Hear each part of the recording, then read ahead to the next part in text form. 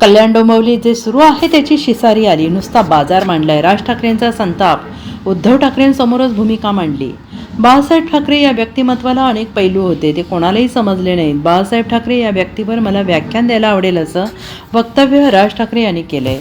आज राज्यात कल्याण डोंबिवलीमध्ये जे काही सुरू आहे त्यामुळे शिसारी आली. बाळासाहेब आज नाही ते, त्यामुळे बरंच झालं, नाहीतर त्यांना वेदना झाल्या असत्या असंही ते म्हणाले. यापुढे मराठीच्या मुद्द्यावर कायम लढत राहू असंही त्यांनी स्पष्ट केलंय.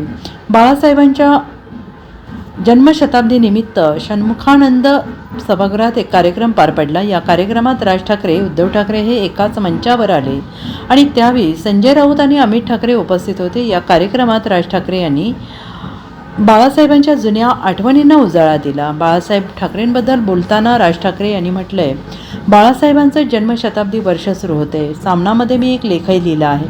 बाळासाहेबांना कसं पाहायचं, त्यांना कसं मांडायचं हा प्रश्न अनेकदा उभा राहतो. हिंदू हृदय सम्राट, व्यंगचित्रकार, राजकारणी असे अनेक पैलू आहेत. बाहेर अनेक काही घडायचं, पण बाळासाहेब व्यंगचित्र रेखाटताना त्यावर काही परिणाम व्हायचा नाही. बाहेरच्या कोणत्याही गोष्टीचा परिणाम त्या व्यंगचित्राच्या एकाही रेषेवर उमटत नसायचा. हे सगळं चित्र आज जे महाराष्ट्रामध्ये उभं राहिलेलं दिसतंय समोर, की जसे ते पूर्वी 200-100 वर्षापूर्वी नाही का ते चावडीवरती उभे राहायचे आणि माणसांची लिलाव चालायचे, आज तसे महाराष्ट्रामध्ये लिलाव चालू आहेत.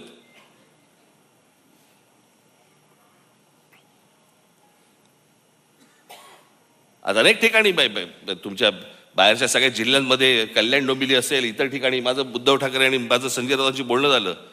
शिसारी आली, शिसारी.